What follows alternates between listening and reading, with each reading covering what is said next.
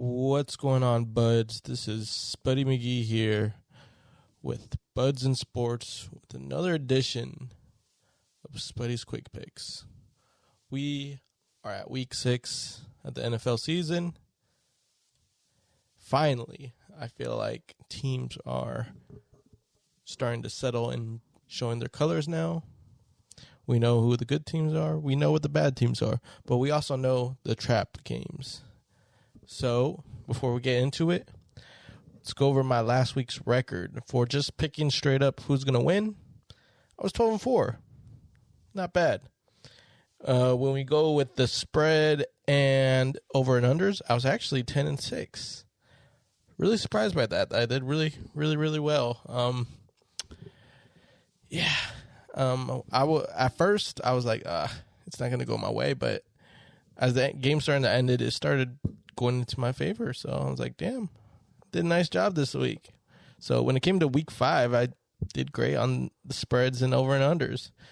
For some reason, it just worked out for me. Anywho, to start off week 6, we're going to go over the buys this week. For 4 teams this week, we got the Falcons, we got the Saints, we got the Jets, and we got the Niners. So keep that in mind. They are not playing this week. All right, jumping right into things. Thursday night game, we got the Tampa Bay Buccaneers versus the Philadelphia Eagles. One of the games I did lose of choosing was the Eagle and Panthers game, and Eagles pulled out the dub. I was expecting a close game between them because Eagles defense matched up pretty well against Panthers offense without Christian McCaffrey, and that ended up being the real deciding factor, I felt, because Darnold had about 3 interceptions that game and just gave more opportunities for the Eagles offense to try to do something. They ended up with the dub. Buccaneers handled Miami pretty decisively. No shock there. So they match up for this Thursday night game, and I'm expecting another decisive win for the Tampa Bay Buccaneers. I guess the only shocker would be, it's a Thursday night game, short week, so anything could happen. But I don't see Eagles offense really doing too much against the Buccaneers defense, despite the injuries that Buccaneers have. And Buccaneers offense is just too strong for this Eagles defense. I expect Buccaneers to score around 30 to 40 points this game. Eagles, they could muster up 20 points, but I got Bucks. They'll cover their 7-point spread. But with that being said, I think it's going to be a 52.5 under for me for this Thursday night game. So, Bucks. Up next, we got the Dolphins versus the Jaguars in London. Yep, they're back at London again. This is from the past matchups in London. It's known that Jaguars are known as the home team there. They have a pretty big fan base there, so I'm going to give them home field advantage here. And I think this is where they're going to get their first win. They played against Titans last week, and they hung in there, but at the same time, they couldn't get it done. But I feel like against the Dolphins, it will go into their favor. It's going to be a close game, but I think Jaguars should win like a 24-21 game in London. I think Trevor Lawrence is finally finding a little bit of his footing now. He's already played about 5 games already. Got a lot of the rookie mistakes out of the way. Still probably make mistakes, but the little mental ones are gone now. So that's good. They're finally using James Robinson. Good on them. Still need to use them more, but good that they're using them. And Jaguars have a little bit of a receiving core, honestly. They lost Chalk Jr., but they still got some key components on that offense to get the ball in the end zone, receiving-wise. I think for the Dolphins, Tua comes back. I think so. I mean, they might activate him. We'll find out probably by Tuesday, Thursday. But even with Tua, I feel like the Jaguars should end up winning this game, even though they are the underdogs. But their offense ever since Tua has went down has been stagnant. But even with Tua, it's been kind of stagnant as well. So I don't think that will change. But one of the biggest disappointments in this Dolphins team is their defense. Defense not looking too crisp. I think it has to do some of it with the injuries, and just play has not been the same like last season. But Jaguars should get the dub. They got the spread going in their favor anyways. I think it'll be under 47 points this game. 24-21. 24-21. That's what I'm calling. Jags win. Up next, we got the Packers and Bears in the divisional game. Another shocker last week was the Bears beating the Raiders. I don't know what's going on with the Raiders. I don't know what this whole John Gruden thing, coaching-wise, if it affected the locker room, yada, yada, yada. But play-wise, very disappointed that they couldn't even score over 10 points against the Bears. Is the Bears defense waking up again? I don't know. But Bears were able to score 20 points on them. So that's very, very interesting. Even with no David Montgomery. But they're playing against the Packers. Packers, ever since their fluky week 1, haven't lost a game. Aaron Rodgers doing his thing. Defense is playing just good enough. But I think Green Bay should take care of the Bears this matchup. I think it's going to be a close one. Don't get me wrong. It's going to be a close one, probably a one-score game. But I feel like Packers should win, cover the spread, and it's going over 45 points. It might be like another 27, 24, 21, 24 type of matchup. Who knows? But I think it's going to go over 45. Packers have the offensive power to just win it anyways, so I got Packers on this one. Up next, we got the Detroit Lions versus the Bengals. Detroit is home, still looking for their first win. I think this is going to be another good game. Despite what the record says for Detroit, they're trying. They're trying. They're not the most talented roster, but they keep on fighting. They got some holes in their offense and defense of what they can improve on, but that doesn't mean they're not trying. And they're going to put up a game against this Bengals team that a lot of people thought were going to not do good, but they're definitely overperforming of everyone's expectations. Joe Burrow has time, so Joe Burrow is making the throws he needs to make. He has a nice supporting cast, as in Joe Mixon, T. Higgins, Jamar Chase, Tyler Boyd. Nice supporting cast that's happening for Joe Burrow. Lions making the necessary blocks, basically giving them time.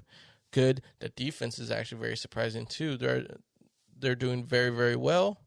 I feel like very close game, but Detroit, sorry, you got to wait till next week to get your first dub. I think Bengals have this game.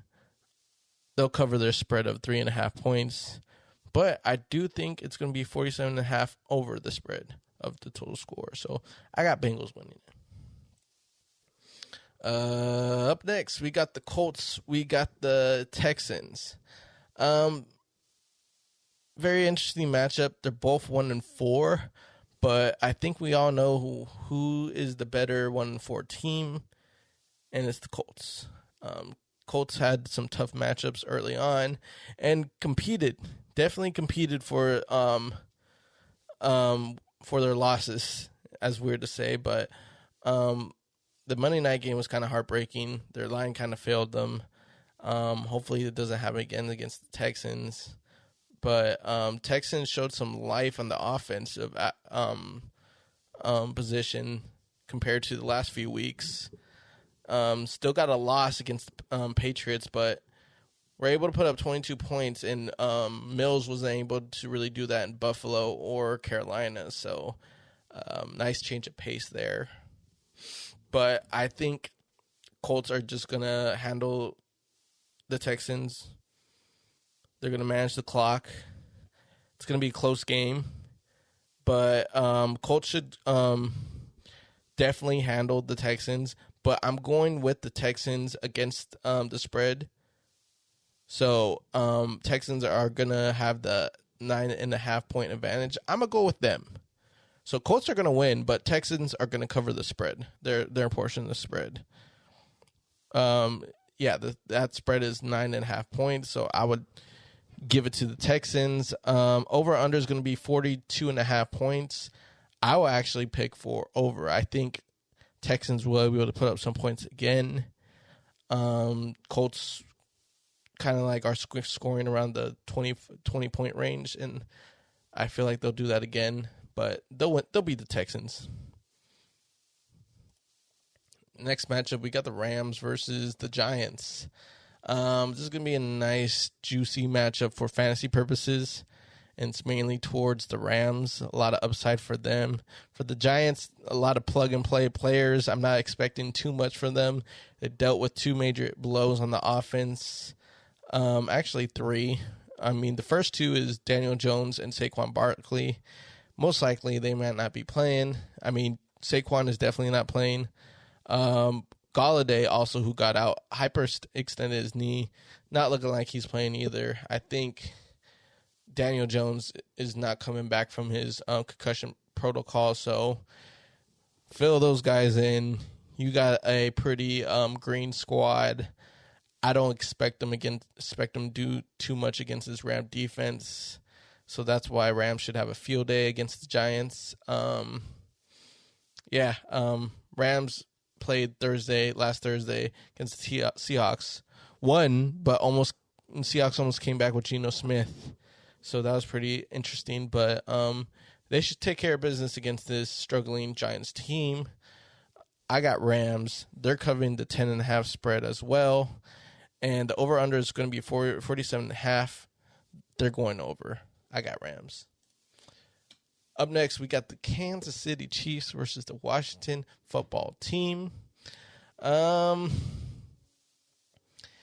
It's weird to say that technically Chiefs are struggling, but they're not really struggling because they are playing some hard opponents. So it's just not going their way this year. Let's just say that. The storyline for the Chiefs is to be clawing back towards a playoff spot. And I feel like that's going to be the continued trend this year. But with that being said, they should handle the Washington football team. Speaking of Washington, they are they're like that annoying football team that doesn't know when to quit. They could be down, but they're still fighting, and it helps with this offense led by Heineke right now. Basically, always a puncher's chance because Heineke just loves to sling the ball around. So there's always a possibility that Chiefs defense, which is not the greatest, will allow some big plays to happen. So I think Washington will keep it a game, but Chiefs will definitely win this game. But will they cover their 7-point spread? I think yes. I think Chiefs will cover their 7-point spread. Expecting like a 30-point, 20-point game, 30-20 the final score, something like that. So Washington's going to have some moments to, shock the Chiefs, but Chiefs will handle business towards the end. The over-under is going to be 55.5. I think they'll go over it. Yeah. I got Chiefs against the Washington football team. Up next, we got the Vikings versus the Panthers. Though they are 2-3, Vikings, at least on the offensive end, show up and compete, to say the least. They've lost in all very close games, but at the end of the day, their defense also does not help them out in situations. So,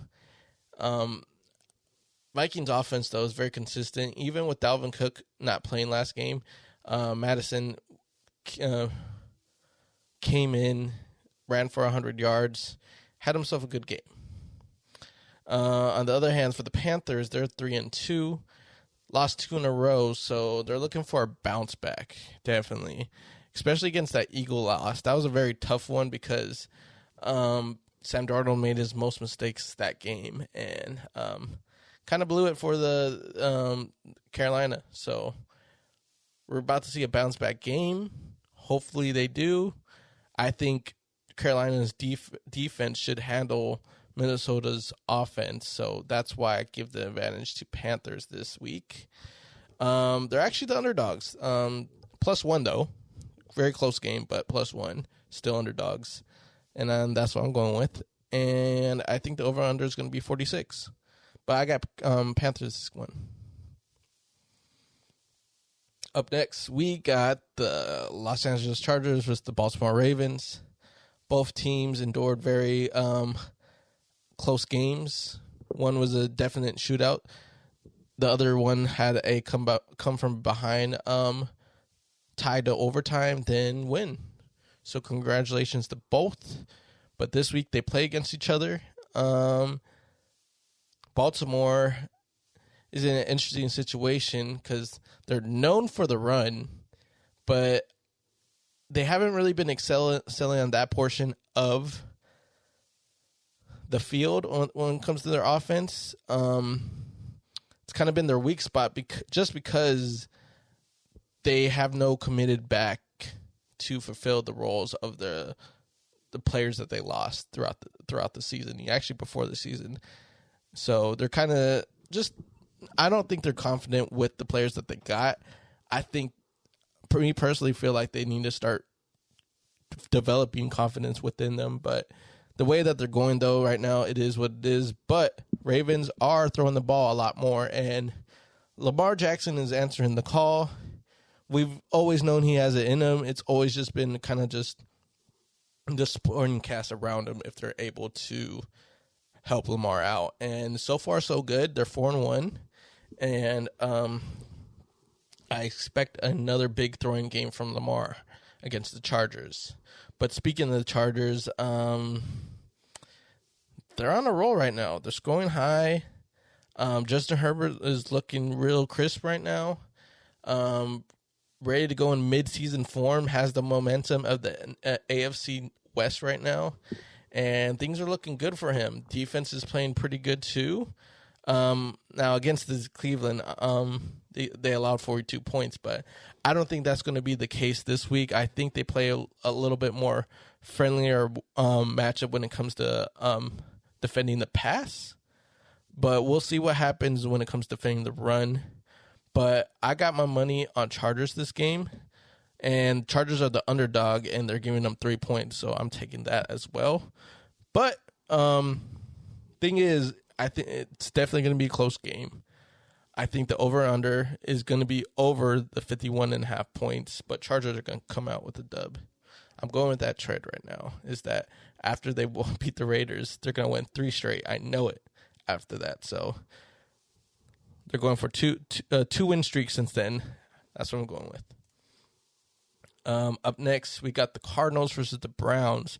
Another potential shootout right here.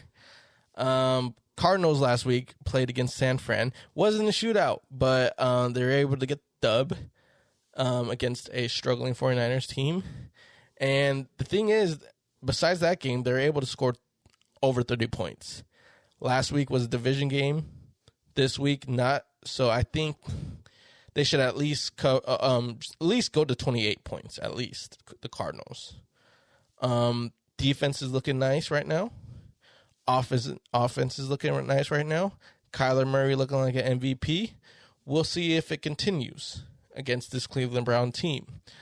Cleveland's running attack is just, I don't even know what to say. They're running on all cylinders right now. Whether Chubb is running the ball or Kareem Hunt is running or catching the ball, they are just operating so smoothly. That is a dangerous rush attack that they got there in Cleveland. Even though Baker had a 300-yard game, I feel like Baker still needs to answer the call by trying to get the ball to his receivers, aka OBJ. Definitely needs to go to OBJ. Will help him out a lot if they actually get the ball to him, but we'll see. Cleveland's defense is very they could definitely stop you, but at the same time allow a lot of points. Like last week against their loss against the Chargers. So they're up and down. I think the Cleveland defense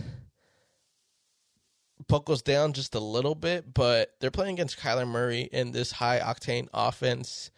I don't think it's going to be enough to stop the Cardinals, and Browns offense, I don't think is going to pair well against this Cardinals defense. I got my money on the Cardinals. Cardinals are actually the underdog, too. Very weird, but I got the Cards, 2.5-point spread. I got the over of 49.5 points. Definitely going to be a shootout, I feel. I got the Cards. Up next, we got the Cowboys versus the New England Patriots. Of course, I'm going with my boys. Of course, I'm going even with the spread. But I do say they'll be under 50.5 points this game, total-wise. For me, I feel like the Cowboys will definitely score over 28 points this game. It's just a matter of fact of what the New England is going to put up. I don't think they're going to be putting up that much points. But still, they have some good receivers if Mac Jones could get the right protection and get the ball to them. We'll see, because Dallas's defense is really good right now. They allow a lot of yards, but they are the top turnover team right now, and sometimes that the turnovers outweigh the yards allowed because they don't allow too many points either. You know, they only allowed the points on the second half when the game's already in cruise control.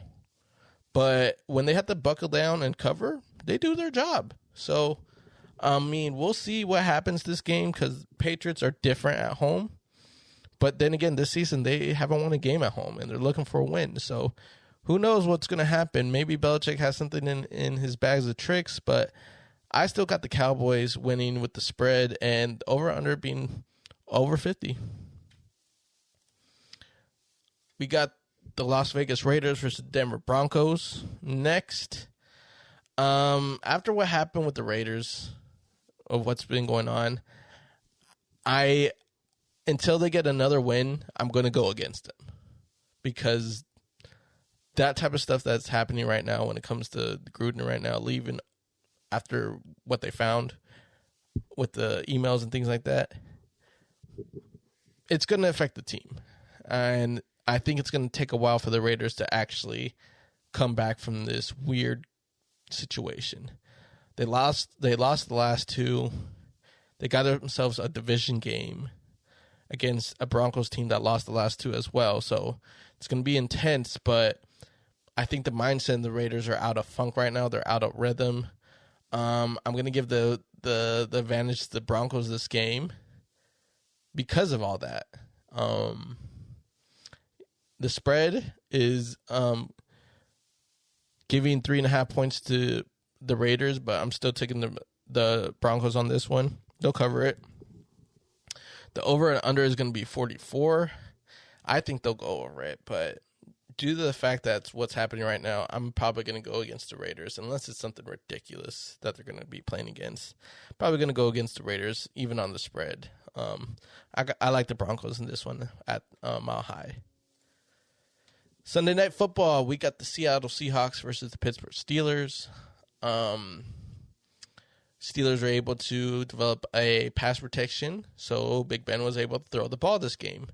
But the unsung hero of the offense is probably Najee Harris. Najee Harris has been having a big volume for that offense, and he sets the tone for the offense, to be honest. So I think he's going to have a really good game against this suspect Seattle defense. And with that being said, Russell Wilson's out. He had to get surgery on his, I think, his throwing finger. So it's not looking good for him for a couple weeks. But they had Geno Smith come relieve him, and he did a pretty good job relieving Wilson by making a little comeback. Didn't work out, but I guess that gives them faith in the next couple games if they prep them correctly. But against the Steeler team, I think they get a little streak going on for them. Seattle defensively has been playing very well, especially against the run. So I think Steelers have the advantage in this game. They're at home as well. I'm picking the Steelers, and I'm picking them for the spread. The 4.5 points going against them. I'm picking Steelers still, but it'll be under 42.5 points. I think it's a low-scoring game. And for the last and final game, Monday night, Buffalo Bills versus Tennessee Titans. Bills are looking like the best team in the AFC right now. That put up points. Their defense is playing really well. What more can you say? Gained a lot of help on the offensive front. Their number one receiver is acting like a security blanket right now, which is actually a great thing. I've always, in a weird way, me saying that, it's actually a great thing. What better to have the best person with the best hands be your security blanket? Because they have the personnel to go ahead and do those types of situations. So, it sucks on the fantasy-wise. Diggs is not putting up last year's number. I'm kind of sad because I have Diggs in all my fantasies. But in a team aspect, it's actually really great that when he gets his number called to get him out of the rut, he could be that guy. But until then, spread the ball as much as possible. Give it to Knox. Give it to Sanders. Bills' offense looking nice right now. And that defense. Defense causing turnovers as well. And caused 2 shutouts. So that's kind of hard to compete with. And they got a tough task in stopping Derrick Henry this week. Titans, really strange team on what I think. They're 3-2. Offensively, they're only great in the run. Their pass yardage has not been too impressive this year. I don't know if Tannehill's getting exposed this year or not, but he's not looking crisp as the last 2 years he's been with the Titans. Julio Jones has been injured. A.J. Brown has been injured, but it seems like, the ball is not getting to them as good as they would like it. And putting a lot of pressure on Derrick Henry. And if they stop Derrick Henry, the Bills, Titans are fucked.